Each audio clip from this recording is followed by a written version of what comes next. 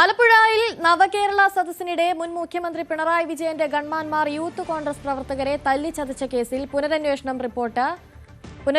Report ഇന്നുണ്ടായേക്കും. പ്രതികളായ 5 ഉദ്യോഗസ്ഥരെയും suspend ചെയ്തേക്കും. ഗൺമാൻമാരുടെ മുൻകൂർ ജാമ്യാപേക്ഷ ഇന്ന് ആലപ്പുഴ കോടതി പരിഗണിക്കും. ശരണ്യ സ്നേഹജൻ ചേരുന്നുണ്ട് കൂടുതൽ വിവരങ്ങളുമായി. ശരണ്യ, കൂടുതൽ നടപടികൾ ഉണ്ടായേക്കുമെന്നുള്ള വിവരങ്ങളാണ് പുറത്തുവരുന്നത്. പ്രതികളായ 5 ഉദ്യോഗസ്ഥരെ സസ്പെൻഡ് ചെയ്യാനുള്ള സാധ്യതയുണ്ട്. ഇതിൽ MR അജിത് കുമാറിന്റെ ഇടപെടൽ വലിയ തരത്തിലുള്ള ചർച്ചയായിരുന്നു. അതിൽ കൂടുതൽ നടപടികൾക്കുള്ള സാധ്യതയുണ്ടോ?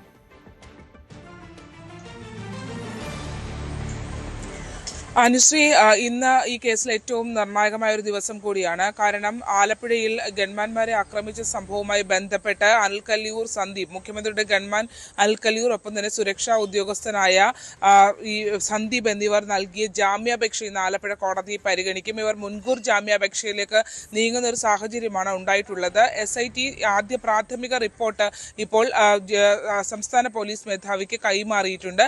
അതിന്റെ അടിസ്ഥാനത്തിൽ ഇന്ന് ആ റിപ്പോർട്ട് പരിശോധിക്കാനിരിക്കെ ജാമ്യാപേക്ഷയ്ക്ക് ഇവർ നീങ്ങിയിട്ടുള്ളത്. പ്രധാനമായും അൽകല്ലൂറും ഒപ്പം തന്നെ സന്ദീപ്, അതുകൂടാതെ അകമ്പടി വാഹനത്തിലുണ്ടായിരുന്ന 3 പോലീസ് ഉദ്യോഗസ്ഥർ എന്നിവരെ കൂടി കഴിഞ്ഞ ദിവസം പ്രതി ചേർത്തിരുന്നു. ആദ്യഘട്ടത്തിൽ ഈ കേസിൽ അൽകല്ലൂറും ഒപ്പം തന്നെ സന്ദീപും മാത്രമായിരുന്നു പ്രതികളായി ഉണ്ടായിരുന്നത്. അതുകൊണ്ട് തന്നെ അവര് ഇപ്പോൾ ജാമ്യാപേക്ഷ ആലപ്പുഴ സെഷൻസ് കോടതിയിലേക്ക് മൂവ് ചെയ്തിട്ടുണ്ട്. അതിനകത്ത് ഇവർ പറയുന്നത് രാഷ്ട്രീയ പ്രേരിതമായി തങ്ങൾക്കെതിരെ നടപടിയെടുക്കാനായുള്ള ശ്രമം ഉണ്ടാകുന്നു, തങ്ങളെ കുറ്റക്കാരാക്കാനുള്ള ശ്രമം ഉണ്ടാകുന്നു എന്ന് ചൂണ്ടിക്കാട്ടിയാണ് ഇവർ ആലപ്പുഴ കോടതിയെ സമീപിച്ചിട്ടുള്ളത്. അതിൽ തന്നെ ഈ കേസിൽ അജയ് ജുവൽ കുര്യാക്കോസും ഒപ്പം തന്നെ AD തോമസും, അതായത് അന്ന് മുഖ്യമന്ത്രിയുടെ ഗൺമാൻമാരായിരുന്ന ഇവരുടെ മർദ്ദനമേറ്റ യൂത്ത് കോൺഗ്രസ് ഒപ്പം തന്നെ KSU പ്രവർത്തകരായിരുന്ന അജയും ഒപ്പം തോമസും ഈ കേസിൽ കക്ഷി ചേരുമെന്ന് പറഞ്ഞിട്ടുണ്ട്. തോമസ് ഇപ്പോൾ ആലപ്പുഴ മണ്ഡലത്തിൽ നിന്നുള്ള MLA കൂടി ആണ്. അന്ന് തോമസിന്റെ തലയ്ക്കാണ് മർദ്ദനമേറ്റിരുന്നത്. ആവർത്തിച്ച് തലയ്ക്കടിക്കുന്നത് തടയാൻ ശ്രമിച്ചത് കൊണ്ട് മാത്രമാണ് കൂടുതൽ പരിക്ക് ചെറുപ്പക്കാർക്ക് ഉണ്ടാവാതിരുന്നത്. അജയ് ജുവൽ കുര്യാക്കോസിന്റെ കൈയുടെ ഷോൾഡറിന്റെ ഭാഗത്തും പൊട്ടലേൽക്കുന്ന ഒരു അവസ്ഥ ഉണ്ടായിട്ടുണ്ട്. ഒരു പോലീസുകാരന് മർദ്ദനമേൽക്കുകയും ചെയ്തിട്ടുണ്ട്. എന്തായാലും ഈ ഗൺമാൻമാരുടെ സാഹചര്യത്തിൽ ഈ റിപ്പോർട്ട് അടിസ്ഥാനത്തിൽ അവർക്ക് വകുപ്പ് തല നടപടി ഉണ്ടാവാനുള്ള സാധ്യത ഏറുന്നുണ്ട്. ഇന്ന് DGP അത് പരിശോധിക്കും, അതായത് റിപ്പോർട്ട് പരിശോധിക്കുമെന്നുള്ള വിവരമാണ് ലഭ്യമായിട്ടുള്ളത്. ഇതിൽ അന്ന് ആലപ്പുഴ ജില്ലാ പോലീസ് മേധാവിയായിരുന്ന ചൈത്ര തെരേസ ജോൺ ഈ സംഭവം, അതായത് ഈ സംഭവത്തിൽ കേസ് എടുക്കുന്നതിന് മുൻപ് തന്നെ ഇത് ഗൺമാൻമാരുടെ ഭാഗത്തു നിന്നുണ്ടായത് ചട്ടലംഘനമാണെന്ന് റിപ്പോർട്ട് നൽകിയിരുന്നു. ഈ റിപ്പോർട്ട് അട്ടിമറിക്കപ്പെട്ടു എന്നുള്ള വിവരം പുറത്തേക്ക് വരുന്നുണ്ട്. അതോടൊപ്പം തന്നെ വളരെ കുറച്ച് നാളുകൾക്കുള്ളിൽ തന്നെ ചൈത്ര തെരേസ ജോണിനെ ആലപ്പുഴയിൽ നിന്ന് കൊല്ലത്തേക്ക് സ്ഥലം മാറ്റുകയും ചെയ്തിരുന്നു. ഈ മറ്റൊരു കാര്യം എന്ന് പറയുന്നത് MR അജിത് കുമാറിന്റെ ഓഫീസിൽ നടന്ന ഇടപെടലുകളെ കുറിച്ചുള്ള ആക്ഷേപമാണ്.